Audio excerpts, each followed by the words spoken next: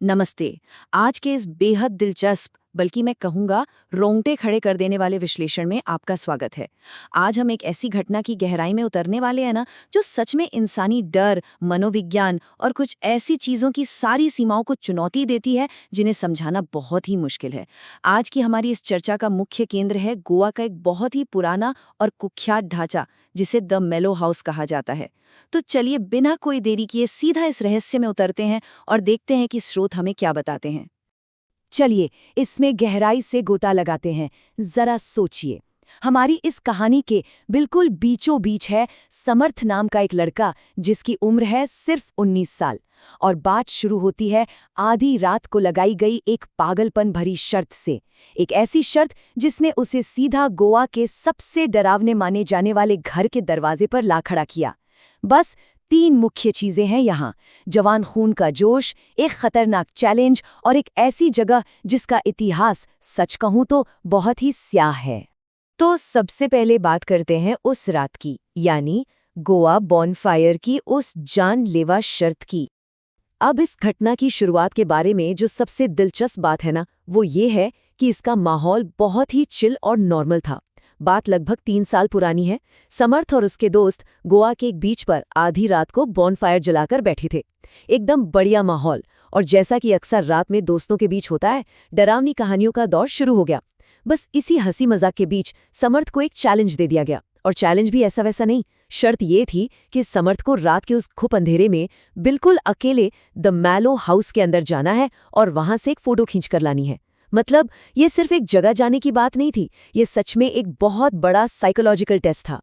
लेकिन वहां जाने से पहले जरा द मेलो हाउस की उस खौफनाक किंवदंती को तो समझ लें।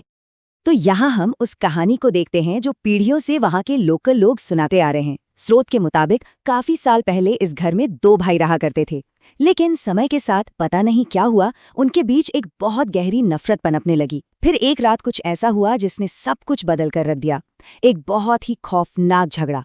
बात इतनी बढ़ गई कि एक भाई ने दूसरे को बेरहमी से चाकू मार दिया और उसकी लाश को घर के ही पिछवाड़े एक पेड़ के नीचे गाड़ दिया। बताया जाता है कि कुछ समय बाद दूसरे भाई की भी मौत हो गई। अब आज के दिन स्थानीय लोगों का पक्का विश्वास है कि वो हत्या इतनी क्रूर थी ना कि मारे गए भाई की आत्मा ने बदला लिया। उनका मानना है कि वो झगड़ा आज भी खत्म नहीं हुआ है और उन दोनों की गुस्से से भरी आत्माएं उसी खंडहर में हमेशा के लिए कैद हैं। और सच मानिए, इसी खौफनाक कहानी ने 19 साल के समर्थ को वहां जाने के लिए और भी ज्यादा एक्साइटेड कर दिया था। तो अब आता है सबसे अहम पल, उस डरावने खंडहर में समर्थ का प्रवेश। और ये चीज बहुत ही बेहतरीन तरीके से दिखाती है कि वो जगह हकीकत में कितनी खौफनाक दिखती थी। द मेलो हाउस एक पुराना, एकदम टूटा फूटा पुर्तगाली ढांचा था। अंदर जाते ही समर्थ को एक झुका हुआ पेड़ दिखा। उस पेड़ के तने पर गहरे खरोच के निशान थे, बिल्कुल ऐसे जैसे किसी ने बड़े बड़े नाखूनों से उसे नोचा हो। और वहां पेड़ की जड़ें इतनी आक्रामक तरीके से फैली थी कि वो घर की दीवारों को फाड़कर बाहर आ रही थी। मतलब देखकर ऐसा लग रहा था मानो वो घर कोई जीता जागता दानव हो जो पता नहीं कितनी जिंदगियां निगल चुका है। पर सबसे अजीब बात पता है क्या थी? अंदर हॉल की दीवारों पर कुछ बिगड़े हुए कार्टून बने थे और उनकी आंखों की जगह सिर्फ काले धब्बे थे। समर्थ को लिटरली ऐसा महसूस हुआ जैसे वो सारी खाली आंखें घूर घूर कर उसी को देख रही हों। जैसे ही उसने उस घर का मेन गेट पार किया, उसने जो महसूस किया उसे जरा इन शब्दों में सुनिए।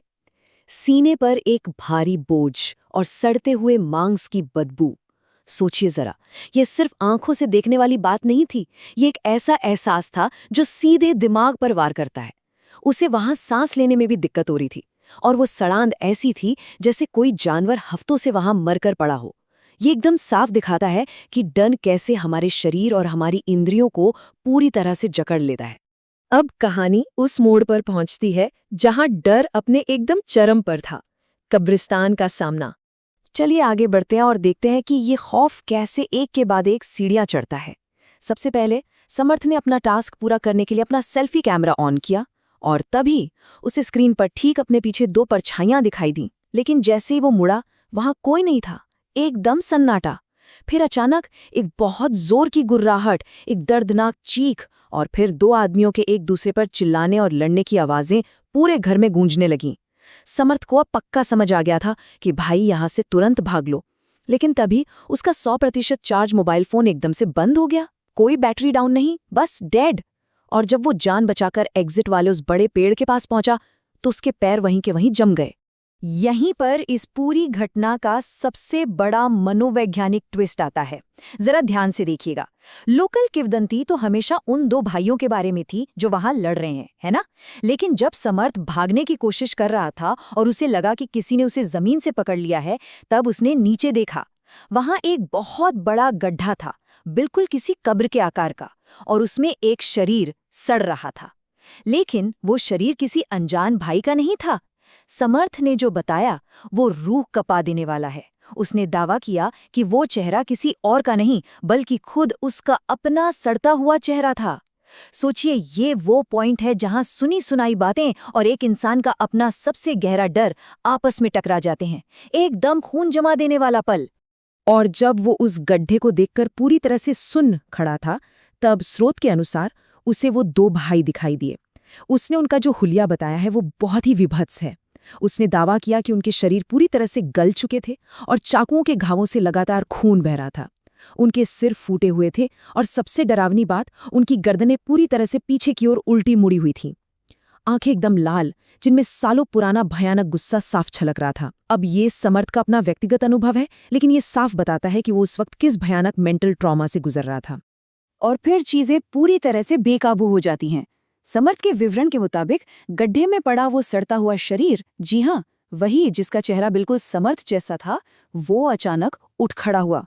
उसने समर्थ को जोर से पकड़ा और नीचे मिट्टी में खींचना शुरू कर दिया। समर्थ पूरी ताकत लगाकर चीखा, हाथ पैर मारे, लेकिन उसे लगा जैसे उसका पूरा शरीर जमीन में धंसता जा रहा है। उसकी सांसें टूटने लगी, आंखों के सामने एकदम घुप अंधेरा छा गया और फिर वो अपनी सुध-बुध खोकर वहीं बेहोश हो गया। अब एक गहरी सांस लीजिए, क्योंकि हम रात के उस खौफ से बाहर निकल कर आ रहे हैं अगली सुबह की ओर। जब उसके घबराए हुए दोस्त उसे ढूंढते हुए द मेलो हाउस के पास पहुंचे तो सुबह के 5:30 बज चुके थे। सूरज निकल रहा था और रात का वो खौफनाक साया छट चुका था। उन्होंने देखा कि समर्थ घर के बाहर मिट्टी में सना हुआ एकदम बेसुध पड़ा है। गनीमत थी कि उसकी सांसें चल रही थी, लेकिन उसकी हालत बहुत ही खराब थी। तो यहाँ पर जो सबसे अहम बात है वो ये है कि जब समर्थ को होश आया और उसने अपने दोस्तों को ये पूरी डरावनी कहानी सुनाई, तो किसी ने भी उस पर यकीन नहीं किया। उसके दोस्तों ने इस पूरी घटना को सिर्फ एक वहम या दिमागी मतिभ्रम मानकर खारिज कर दिया। लेकिन स्रोत बहुत ही स्पष्ट रूप से ये बताता है कि जब समर्थ वहां से वापस लौट रहा था तो उसने एक आखिरी बार मुड़कर पीछे देखा, और उसका दावा है कि उसे उस घर की खिड़की से वे दोनों भाई सीधे उसी के तरफ घूरते हुए बिल्कुल साफ दिखाई दिए। उसी दिन समर्थ गोवा छोड़कर चला गया, और सच कहूं तो वो उस रात के मानसिक आघात से आज तक पूरी तरह उबर नहीं पाया है।